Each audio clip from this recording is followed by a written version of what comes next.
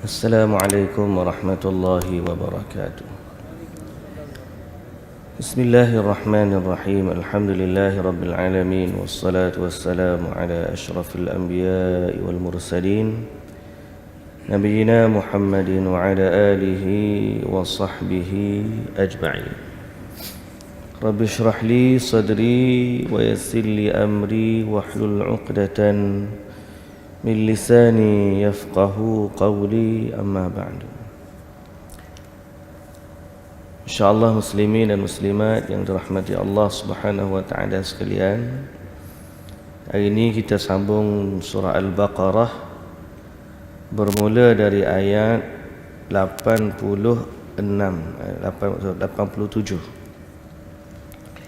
Bermula dari ayat 87 ke surat yang ke-13.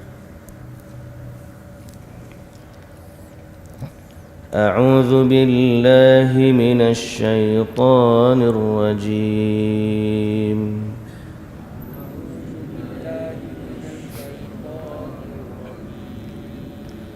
بسم الله الرحمن الرحيم.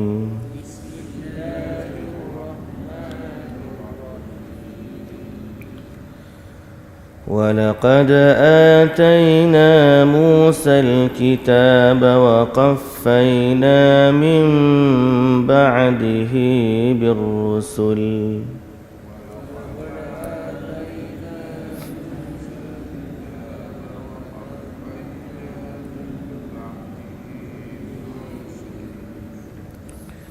وآتينا عيسى ابن مريم البينات وأيدناه بروح القدس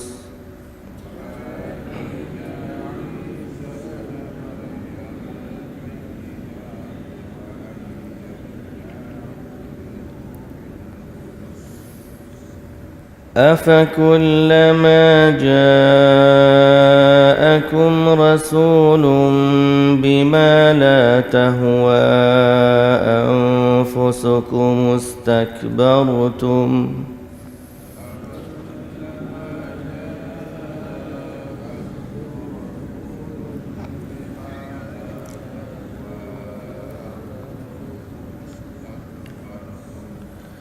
ففريقا كذبتم وفريقا تقتلون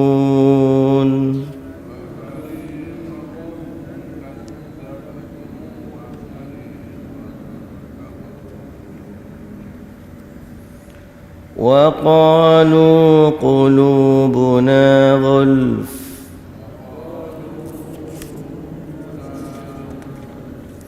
بل لعنهم الله بكفرهم فقليلا ما يؤمنون.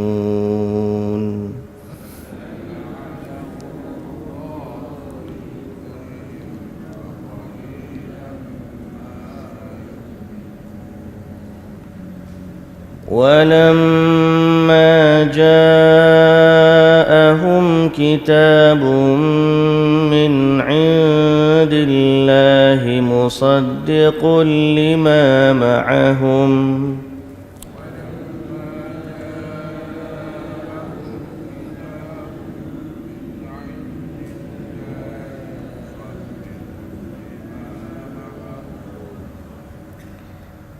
وكانوا من قبل يستفتحون على الذين كفروا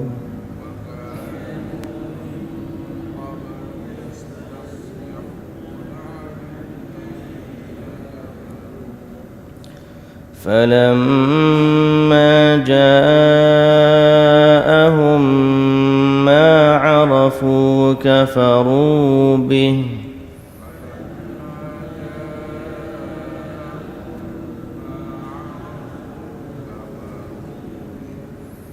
فلعنة الله على الكافرين.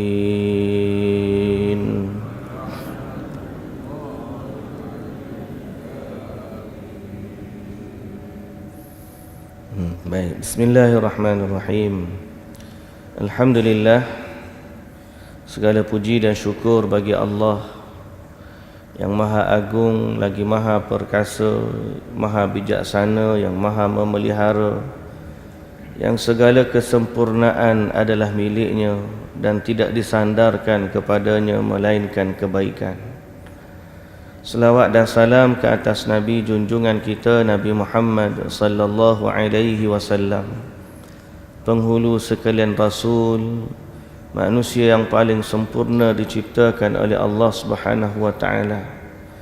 Dialah yang penuh dengan rahmat dan kasih sayang terhadap umatnya, yang menasihati umatnya dan telah menyampaikan risalah dan melaksanakan amanah yang telah diperintahkan oleh Allah ke atasnya. Selawat dan juga salam ke atas ahli keluarga baginda, para sahabatnya, para pengikutnya yang setia di atas agamanya, yang teguh di atas sunnahnya sehinggalah ke hari kiamat. Alhamdulillah, alhamdulillah, alhamdulillah. Muslimin dan muslimat yang dirahmati Allah, ayat yang kita baca pada hari ini bermula dari ayat yang ke-87 dari surah Al-Baqarah. Masih lagi cerita tentang Bani Israel. Apa kata Allah Subhanahu wa taala?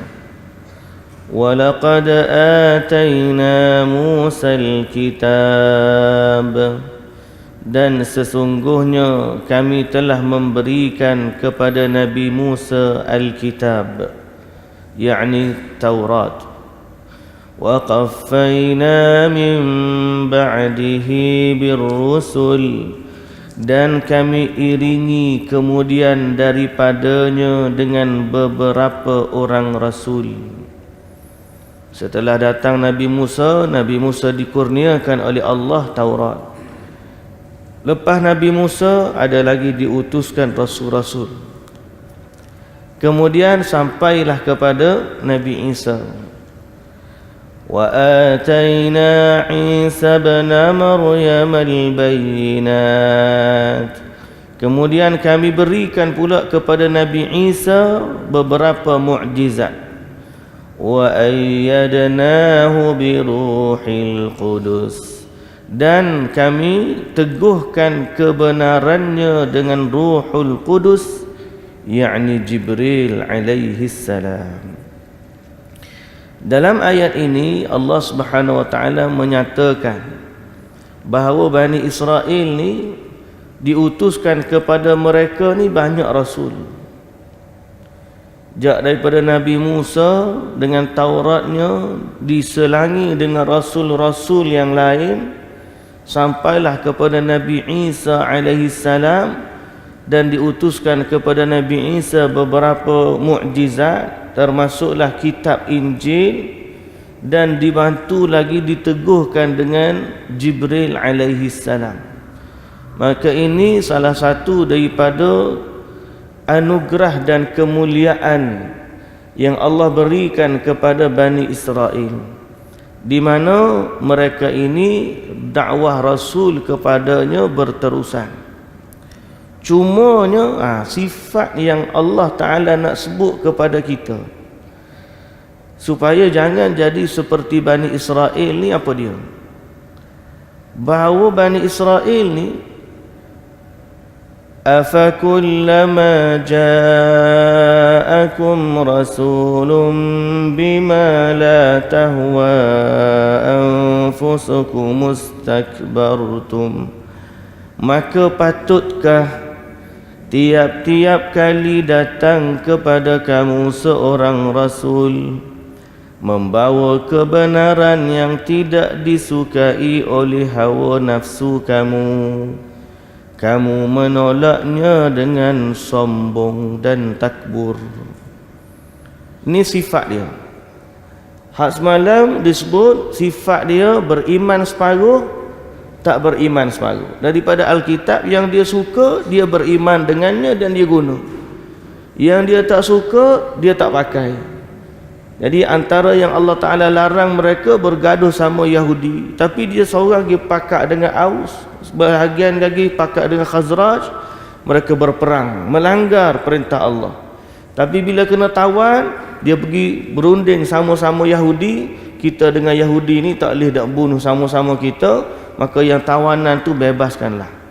Time perang tak ikut Taurat, time nak tebus tawanan ikut Taurat. Allah Ta'ala kata, kamu nak beriman separuh, kamu kufur separuh, maka Allah Ta'ala murka kepada perkara tersebut. Kali ini Allah Ta'ala sebut lagi sifat mereka dari dengan Rasul tu sendiri. Bila datang kepada mereka Rasul, ada yang mereka suka, mereka terima. Rasul yang mereka tak suka, mereka tak terima. Tak terima tu Rasulullah, istakbartum, sombong, takabur, kami lebih baik daripada dia, kami lebih baik begini. Dan mereka berpaling daripada dakwah Rasul tersebut. Okey, bahawa lebih teruk daripada tu wa hatta khatama anbiya bani Israel, atau khutima anbiya bani Israel bi Isa bin Maryam, faja'a bi mukhalafati at-Taurat fi ba'd al-ahkam, wa lihadha a'tahu Allah min al-bayyinat. Jadi rasul-rasul daripada Bani Israel ni ramai. Sebahagian daripada mereka yang mereka suka, fa fariqan kadzabtum wa fariqan taqtulun, yang mereka suka mereka ambil, yang mereka tak suka mereka kufur dan mendustakan rasul-rasul itu. Wa fariqan taqtulun, sebahagian lagi Bani Israel tu jahat punya jahat. Apa Allah Ta'ala kata? Dia pergi bunuh Rasul tu. Hak dia tak berkenan, dia kufuri dakwah Rasul itu, sebahagiannya mereka bunuh Rasul-Rasul dari kalangan Bani Israel sendiri. Ini sifat yang ada pada Yahudi. Jadi kalau setakat orang yang tidak Yahudi ni dia bunuh tu biasalah bagi dia. Rasul dia pun dia bunuh. Jahat tak jahat Yahudi ni. Jadi di kalangan Rasul tu ramai. Daripada Nabi Musa sehinggalah nak sampai Nabi Isa tu banyak. Ni banyak, ramai di kalangan Rasul-Rasul. Cuma kitab utama dia nombor 1 Taurat, nombor 2 Injil. Hak tengah-tengah tu rasul-rasul tu ada yang mereka dusta dan ada mereka bunuh. Dan bila Allah Ta'ala kata wa ayyadnahu biruhil qudus, kami teguhkan dia Nabi Isa dengan Ruhul Qudus. Ruhul Qudus ni adalah Jibril alaihi salam. Persoalan dalam tafsir disebut, kenapa Allah Ta'ala mendatangkan banyak mukjizat kepada Nabi Isa? Kerana syariat Nabi Isa ni mengubah syariat Nabi Musa. Jadi kalau rasul-rasul yang lain tu dia menyambung hak Nabi Musa, kitab Nabi Musa. Nabi Musa dengan Taurat dia, hak bawah ni sambung sampai di Nabi Isa datang syariat yang baru kepada Bani Israel. Jadi oleh kerana syariat ni syariat baru, orang Bani Israel lagi payah nak terima. Kerana itulah Allah Ta'ala kata wa ayyadnahu biruhil qudus, kami teguhkan dia dengan Ruhul Qudus, iaitulah Jibril alaihi salam. Di mana antara mukjizat Nabi Isa, kata Ibnu Abbas dalam tafsir, termasuklah menghidupkan orang mati, mencipta burung daripada tanah, kemudian ditiupkan roh sehingga terbang dengan izin Allah, dan menyembuhkan orang sakit, mengkhabarkan benda-benda yang ada di sebalik pandangan mereka, dan dibantu dengan Ruhul Qudus, iaitulah Jibril alaihi salam yang menunjukkan kebenaran dakwah yang dibawa oleh Nabi Isa alaihi salam. Tapi dia punya memang tahap mukjizat Nabi Musa ni, Nabi Isa ni memang tahap mukjizat yang level tinggi lah bahasa kita. Pasal apa? Sebab pendustaan Bani Israel terhadap Nabi-Nabi mereka pun juga sangat-sangat dahsyat. Hak ikut syariat Nabi Musa pun dia berdustakan, apatah lagi hak menyalahi syariat Nabi Musa, lagilah mereka akan bantah. Jadi Allah Ta'ala bantu Nabi Isa untuk menyatakan kebenarannya dengan mukjizat-mukjizat. Tapi itulah anehnya, bukan aneh lah, setelah daripada menerima mukjizat yang berat, pentaksub Nabi Isa pula menganggap dia sebagai Tuhan. Jadi ada yang melampau pada sudut menolak Nabi Isa, dan ada yang melampau dari sudut mempertuhankan Nabi Isa. Sebab Nabi Isa ni satu, kelahiran dia mukjizat. Tak ada orang dilahirkan seperti Nabi Isa alaihissalam. Yang kedua, mukjizat dia dibantu dengan boleh menghidupkan orang mati. Yang ketiga, buat burung daripada tanah, bentuk-bentuk burung, tiupkan roh, tiup, hidup burung tu jadi burung yang betul. Jadi pentaksub orang-orang tengok miracle ni, dia sampai ke tahap inilah dia anak Tuhan. Tapi kita sebagai orang beriman kepada Allah, saya dah sebut dari awal sebelum ni, Allah ataupun Tuhan yang kita imani sebagai Tuhan ni bukan sekadar boleh mendatangkan benda-benda pelik. Nak kata nama Tuhan ni Nabi Isa, walaupun dia datang dengan perkara tersebut, maka dia tidak layak dinamakan sebagai Tuhan. Pasal apa? Kan kita sebut kriteria Tuhan yang ada 5, sebagaimana Allah Ta'ala sebut dalam surah Al-Ikhlas. Qul huwallahu ahad, dia mesti tunggal, satu dia je, tidak ada yang sepertinya, satu. Tuhan tak boleh dua. Jadi either, sama ada nak kata Allah tu Tuhan atau Nabi Isa tu Tuhan. Pasal dia dua entiti yang tak akan jadi satu dalam tiga, tiga dalam satu, mustahil. Yang kedua, Allahus Samad, Allah tempat bergantung segala sesuatu. Maknanya yang nama Tuhan ni dia tak berhajat kepada makhluknya. Dialah pencipta yang maha berkuasa dan dia tidak berhajat kepada makhluknya, sedang makhluknya lah yang berhajat kepada dia. Sebab tu kalau kita tengok debat antara Kristian dengan orang Islam, kalau kata Tuhan ni tidak berhajat kepada makhluk, jadi Nabi Isa ni waktu dia lahir, dia berhajat ada untuk dijaga oleh Maryam. Jadi dia berhajat untuk makan, dia berhajat untuk minum, dia berhajat untuk dirawat, dijaga.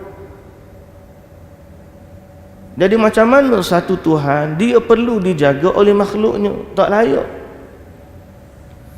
Jadi sebab itu kita sebagai orang beriman kepada Allah, takrifan Tuhan di sisi kita ni hanya layak untuk dipakai pada Allah Subhanahu Wa Taala, kerana dialah Allah yang Maha Pencipta.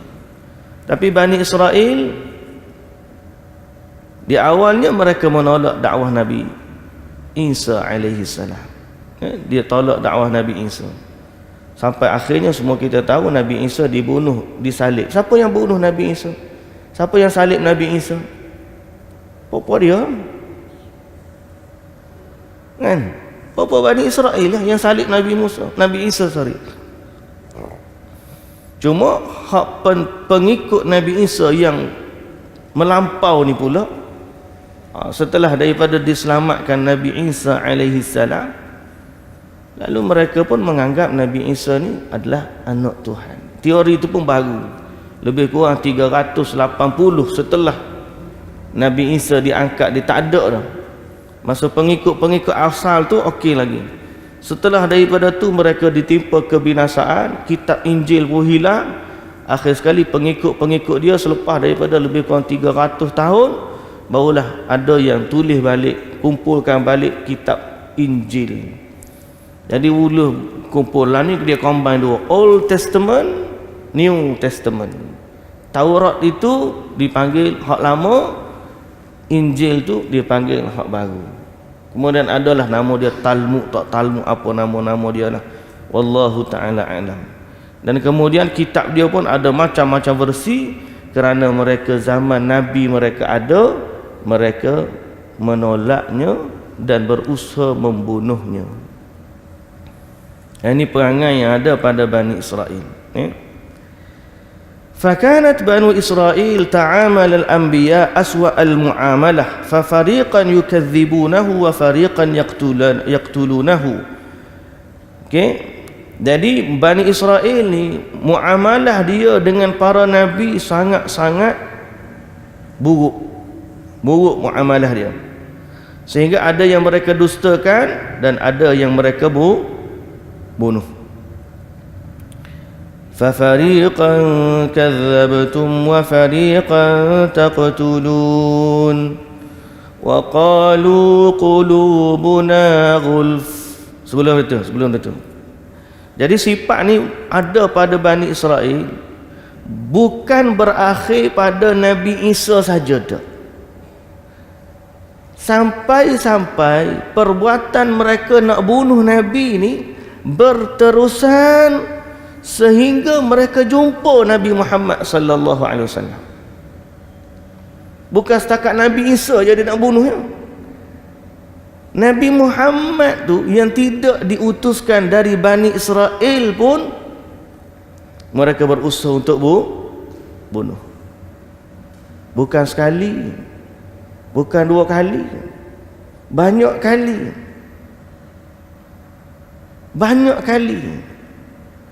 Waktu Nabi pergi berunding dengan mereka, ada sebahagian daripada mereka naik atas bumbung rumah, bawa batu besar. Waktu Nabi lalu di bawah kat rumah, celah-celah rumah dia berkehendak untuk hempak Nabi dan Muhammad dengan batu tersebut daripada atas bumbung dia.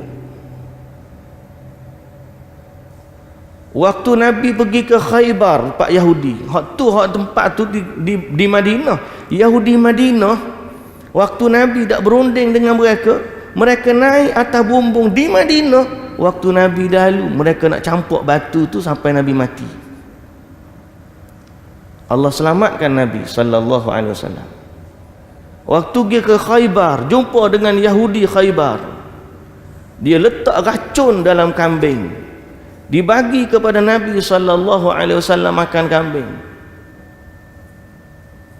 Nabi makan dengan racun tersebut. Lepas daripada tu barulah Jibril alaihissalam atau diwahyukan kepada Nabi bahawa kambing itu ada racun. Tapi Allah Ta'ala selamatkan dulu, racun itu tidak memberi kesan kepada Nabi sallallahu alaihi wasallam, sehinggalah saat Nabi nak wafat barulah racun itu bertindak. Tapi nak sebutnya jahatnya Yahudi ini berterusan, bukan sampai Nabi Isa saja, sampai Nabi Muhammad dia pun. Dan hari ni kalau ada Nabi lagi, kalau badan tak adanya, tapi iftiradhi kita faham, sifat jahat yang ada pada Yahudi tu ada sampai hari ni. Sebab itulah mereka membunuh orang-orang alim, orang-orang ulama yang menyambung hijrah Nabi ni, mereka bunuh. Ini Yahudi yang mana sifat mereka istimrar, disebut sini istimrar al-yahud fi muhawalati qatlil anbiya. Dalilnya saya sebut tadi, di mana Nabi sallallahu alaihi wasallam kata, ma zalat aklatu Khaybar tu'awiduni fahadha awanu inqita'i abhari. Dalam Sahih Bukhari, Nabi sallallahu alaihi wasallam kata, senantiasalah racun yang aku makan di Khaybar berada pada diriku sehingga saat ini telah terputuslah urat jantungku, urat darahku, yang mana Nabi sebut ni waktu Nabi nak wafat. Dan Nabi juga disihir oleh orang Yahudi.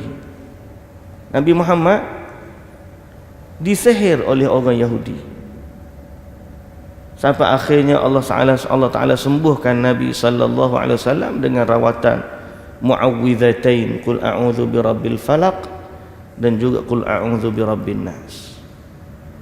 Ni jadi kita ambil iktibar pasal apa ni sampai ke tahap tu ni. Kenapa sampai ke tahap tu? Allah Ta'ala sebut satu sifat ni, istakbartum, sombong. Sombong ni penyakit yang sangat bahaya. Sombong dengan Allah, sombong dengan Rasul. Penyakit inilah yang menyebabkan mereka ni tergamuk, bukan sekadar menolak dakwah Rasul, malah berusaha untuk membunuh Rasul. Letak kepada kita umat Islam, maka apa stand kita? Saya dah sebut di awal dan senantiasa kita akan sebut. Kita sebagai umat, iktibar bagi kita daripada kisah Bani Israel, jangan kita jadi seperti mereka. Ambillah perkataan Sa'ad ibnu Mu'az radhiyallahu anhu. Waktu Sa'ad ibnu Mu'az dipanggil bersama dengan golongan Ansar, orang Madinah, berkumpul depan Nabi sallallahu alaihi wasallam, dan Nabi tanya mereka, macam mana ni orang Mekah nak datang nak serang kita di Madinah. Waktu perang Badar, mula-mula berlaku perang Badar, tak ada niat nak perang. 313 orang pergi halang kafilah dagang, ambil harta-harta sebagai balasan kepada mereka rampas harta kaum muslimin di Mekah. Jadi mereka nak ambil kafilah tu. Kafilah terlepas, datang Abu Sufyan daripada Mekah bersama 1000 tentera, berlaku perang Badar. Tahun ketiga Hijrah, Nabi SAW dapat berita 3,000 orang tentera daripada Mekah datang nak menuntut bela kematian pembesar-pembesar mereka di Badar. Mereka sedang menuju ke Madinah. Nabi kumpulkan orang-orang Madinah dari kalangan Muhajirin dan Ansar. Orang Muhajirin memang tak ada masalah, mereka bersama dengan Nabi SAW. Orang Ansar ini kali pertama mereka berhadapan dengan musuh bersama dengan Nabi sallallahu alaihi wasallam. Jadi Nabi pun bagi tahu masa tu Sa'ad ibnu Mu'az ni tengah, Nabi ni nak dengar jawapan Ansar. Jawapan Ansar, apakah Ansar akan berperang dengan Nabi ataupun Ansar tidak berperang dengan Nabi? Bangun Sa'ad ibnu Mu'az. Sa'ad ibnu Mu'az radhiyallahu anhu ni dia adalah ketua orang Ansar Madinah. Dan dia bila dia mati dalam perang Khandaq, perang Ahzab. Dan bila dia mati tu disebut dalam hadis, ihtazza arsyur rahman, bergegar arasy Allah dengan kematian Sa'ad ibnu Mu'az. Besarnya kedudukan sahabat ni. Jadi waktu Nabi duduk cakap-cakap, Nabi duduk tunggu je apa je respon kaum Ansar. Bangun Sa'ad ibnu Mu'az. Dia kata, Rasulullah, seakan-akan Rasulullah nak dengar jawapan orang Ansar. Kata Sa'ad ibnu Mu'az, wahai Rasulullah, kami tak akan jawab seperti mana Yahudi jawab kepada Nabi Musa. Apa Yahudi jawab kepada Nabi Musa? Idhhab anta wa rabbuka faqatila inna hahuna qa'idun. Waktu Bani Israel ikut Nabi Musa nak masuk ke Palestin tu, nak masuk Baitul Maqdis, Nabi Musa, anak Bani Israel kata kepada Nabi Musa, wahai Musa, pergilah dulu, berjuanglah dengan Tuhan kamu, kami duduk sini tunggu. Ini perangai Yahudi. Dia kata pergilah Nabi Musa perang dengan Tuhan, minta tolong Tuhan supaya menang, kami duduk sini tunggu. Ni perangai dia. Kata Sa'ad ibnu Mu'adh, kami tak akan jawab macam Yahudi jawab. Sebaliknya kami akan kata, izhab anta wa rabbuka faqatila inna ma'akuma muqatilun. Pergilah kamu wahai Muhammad bersama Tuhanmu berperang musuh kamu, dan kami insya-Allah bersama Allah dan Rasul akan berperang juga. Ini mereka menyelisihi Yahudi, dan banyak sifat-sifat Nabi ni Nabi suka menyelisihi Yahudi. Cuma Nabi pesan, Nabi kata, la tattabi'unna sunana man qablakum. Kamu umat Islam akan jadi seperti umat sebelum kamu. Kamu ikut dia sejengkal demi sejengkal, sehingga waktu mereka masuk dalam lubang biawak sekalipun, kamu akan masuk dalam lubang biawak tersebut. Sahabat tanya, Yahudi dan Nasrani ke? Nabi kata, siapa lagi? Jadi akan tiba satu zaman umat Islam berpaling daripada Nabi mereka, seperti mana Yahudi dan Bani Israel berpaling dari Nabi mereka. Dan kita sebagai umat hak tahu cerita ni, jawapan kepada kita untuk hati kita kata, jangan sekali-kali kita menyelisihi Rasul kita. Jangan sombong. Sombong tu macam mana? Bila datang kepada kita satu ajaran dari Nabi kita, kita kena kata sami'na wa ata'na. Jangan pula bila sampai kepada kita satu ajaran dari Nabi kita, kita kata tak apalah, hak tu hak Nabi, hak ni hak aku. Saya punya cara macam ni, dia kata. Bila kata-kata Rasulullah buat macam ni, tak apalah, hak tu hak Rasul, hak saya punya, ustaz saya ajar macam ni, tok guru saya ajar macam ni, kiai saya ajar macam ni. Hak Nabi ajar tu biarlah, hak tu hak sunat, hak ni hak tok guru saya, hak kiai saya. Maka siapa yang siapa yang menyatakan sedemikian di saat datang kepadanya wahyu ataupun perintah dari Allah dan Rasul, maka inilah yang disebut sebagai sombong. Baliknya bila kita datang kepada kita, Rasul ajar macam ni, doa Nabi kata macam ni, Nabi suruh macam ni, kita pun tunduk, kita kata sami'na wa ata'na. Doalah kepada Allah Subhanahu wa taala agar kita ni menjadi umat yang taat, umat yang senantiasa mengikuti sunnah Nabi, dan umat yang tak nak berselisih dengan Nabi sallallahu alaihi wasallam dalam apa jua keadaan. Dalam apa jua keadaan. Boleh jadi kita ni bermalasan, malah kita ni tanya orang puasa sunat, kita pun tak puasa. Bermalasan, ada ubat dia, kita rawat. Akhir sekali mudah-mudahan kita usaha-usaha dengan mujahadah, kita buat juga sunnah Nabi. Tapi sombong ni payah.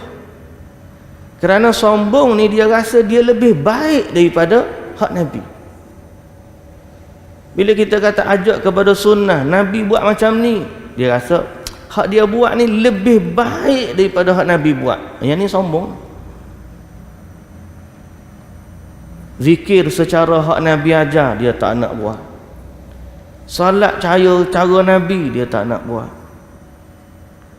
Doa-doa yang disunnahkan oleh Nabi, dia tak nak buat. Selawat-selawat yang diajar oleh Nabi sendiri, dia tak nak baca.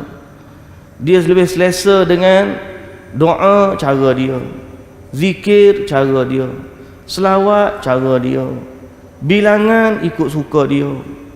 Dia suka kepada itu. Dia rasa lebih baik daripada Nabi. Maka siapa yang rasa dia lebih baik daripada Nabi, dia telah ditimpa fitnah yang sangat besar dalam agama. Ingat kata Imam Malik rahimahullah, waktu orang tanya Imam Malik bin Anas, Imam Darul Hijrah, dia duduk di Madinah, orang tanya dia pasal hukum umrah. Jadi waktu orang tu tanya, dia kata, macam mana hukum kalau aku nak berihram daripada Masjid Nabawi? Padahal sunnah Nabi berihram dari Bir Ali. Dia tanya Imam Malik, boleh tak dia ni nak berihram daripada Masjid Nabi? Kalau fikir logik lah, Masjid Nabi lebih afdal lah daripada Masjid Bir Ali. Masjid Nabi ada gandaan pahala 1000. Masjid Bir Ali tak ada gandaan itu. Jadi dia ni berhasrat nak berihram daripada Masjid Nabi. Nak start situ lagi, pakai ihram, niat ihram, bukan pakai saja dak, pakai kain tu niat ihram daripada Masjid Nabi. Dia tanya Imam Malik, boleh tak dia buat lagu tu? Imam Malik bila dengar soalan tu, Imam Malik kata, akhsha an tusibakum fitnah. Aku takut kamu ditimpa fitnah dalam agama. Jadi dia kata Imam Malik, apa yang fitnahnya bahasa kita? Fitnah apakah yang akan menimpa?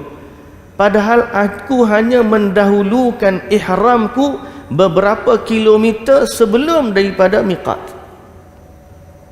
Miqat dengan Bir Ali dengan Masjid Nabi ni tak jauh, lebih kurang 10 kilometer je. Nak pergi Mekah tu 300 kilometer lagi. Jadi aku mendahulukan beberapa kilometer saja, beberapa jarak saja.